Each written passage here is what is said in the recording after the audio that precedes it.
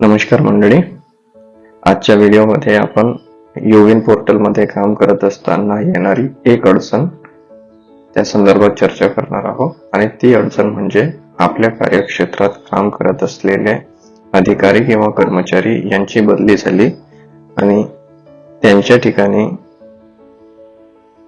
दुसरे कर्मचारी आपल्याकडे आले, तर अशा वेळेस आपण काय करायला पाहिजे.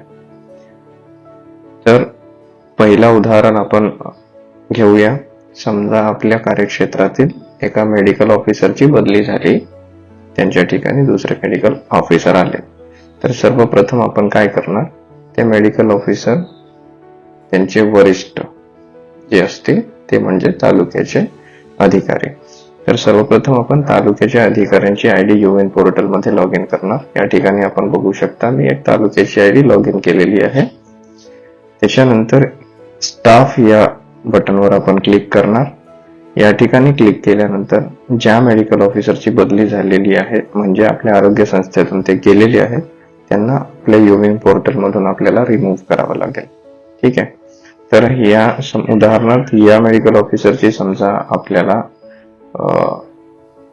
बदली झालेली आहे आणि यांना आपल्याला रिमूव्ह करायचं. तर आपण काय करणार, ह्या ऍक्शन बटनच्या खाली 3 डॉट्स दिसतात आपल्याला. या 3 डॉट्स वर आपल्याला क्लिक करायचंय आणि या ठिकाणी आपण बघू शकतो डिलीट युजर वाला ऑप्शन आहे. डिलीट युजर या बटनवर क्लिक करायचंय आणि या ठिकाणी एक आपल्याला मेसेज येईल. यामध्ये आपल्याला फक्त हे कन्फर्म करायचंय आपण ज्यांना डिलीट करतोय ते बरोबर आयडी आहे ना, म्हणजे ज्यांची बदली झाली त्यांनाच आपण रिमूव्ह करतोय याची आपल्याला खात्री करायची आहे. आणि मग नंतर या डिलीट बटनवर आपल्याला क्लिक करायचं आहे. अशा पद्धतीने आपण या ठिकाणी बघू शकतोय की युजर डिलीटेड सक्सेसफुली. ठीक आहे. तर ज्यांची बदली झाली त्यांना आपण आपल्या संस्थेतून म्हणजे युविन पोर्टल मधून आपण काढून टाकलेले, पण त्यांच्या ठिकाणी काम करण्याकरता दुसरे मेडिकल ऑफिसर आले असतील आणि त्यांची आयडी बनवणे या ठिकाणी अनिवार्य राहील, कारण आयडी असल्याशिवाय आपण त्या आरोग्य संस्थेचं काम करू शकत नाही. ठीक आहे.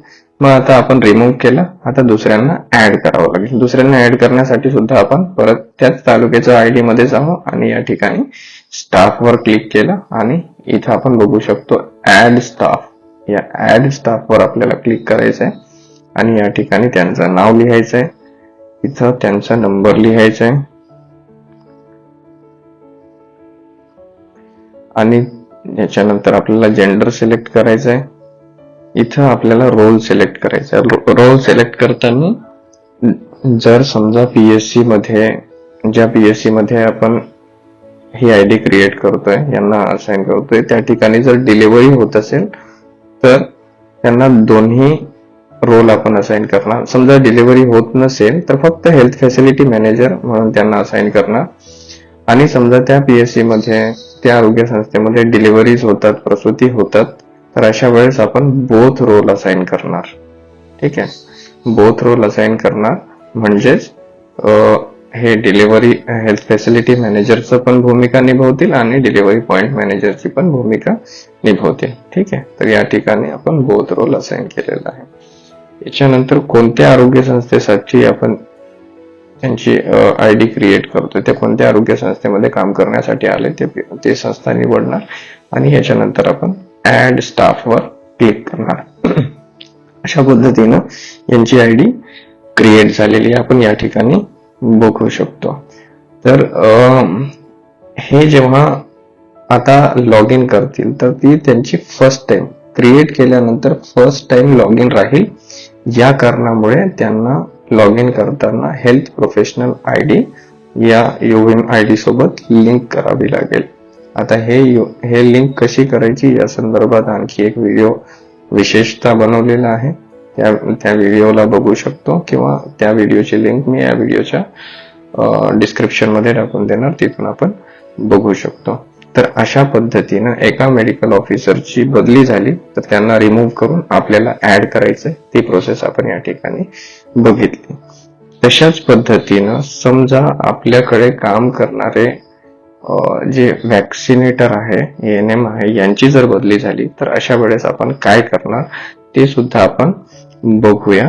पण त्यासाठी आपल्याला मेडिकल ऑफिसरची ID लॉग इन करून मग ती प्रोसेस आपल्याला करावी लागेल. प्रक्रिया सारखी राहील, फक्त ID चेंज राहील. आता मेडिकल ऑफिसर असल्यामुळे आपण THO स्तरावरची तालुका आरोग्य अधिकारी स्तरावरची ID ओपन केली आणि यांना रिमूव्ह करून ऍड केला.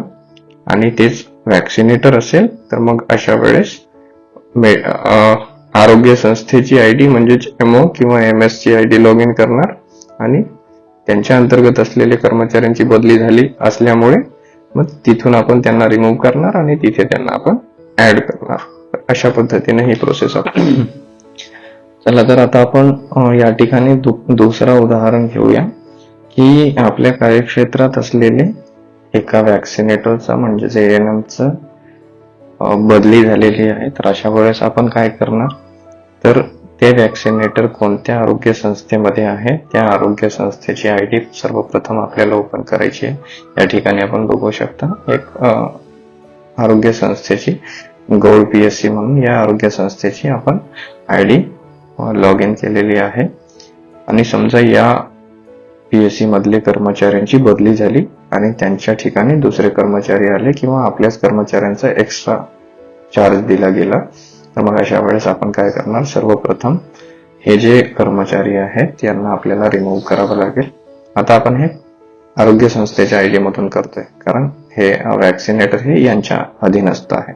मग आपण लॉग इन केल्यानंतर स्टाफवर क्लिक केलं आणि यांचं नाव या ठिकाणी दिसते. आणि समजा नाव दिसत नसेल तर या ठिकाणी वरती आपण सर्च करू शकतो, त्यांचा नंबर सर्च करून आपण त्यांना फाइंड करू शकतो. हे सर्च केल्यानंतर पुढे बघा ऍक्शन बटनवर आलोय आपण. ऍक्शन बटनवर क्लिक केल्यानंतर या ठिकाणी डिलीट युजर दिसते. मग आपल्याला खरंच डिलीट करायचं आहे का हा प्रश्न आला तर मग या ठिकाणी आपण कन्फर्म केलं.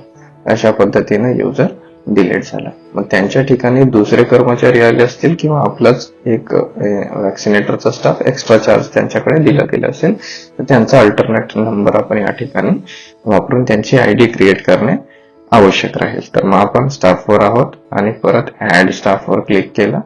या ठिकाणी त्यांचं नाव लिहिलेलं आहे, सोबत मोबाईल नंबर लिहायचा आहे, त्यांचं जेंडर सिलेक्ट करायचंय, रोल या ठिकाणी असाइन करायचा आहे. या ठिकाणी सुद्धा डिलिव्हरी होत असेल सब सेंटरला तर 2 ऑप्शन आले तर आपण या ठिकाणी हा ऑप्शन निवडलेला आहे. याच्यानंतर कोणत्या सब सेंटर साठी आलेले आहेत ते आपल्याला या ठिकाणी सिलेक्ट करायचे आहे. ज्या सब सेंटर मध्ये ते असतील त्या आरोग्य संस्थेमध्ये जेवढे सब सेंटर आहेत ते सगळे या ठिकाणी दिसतील.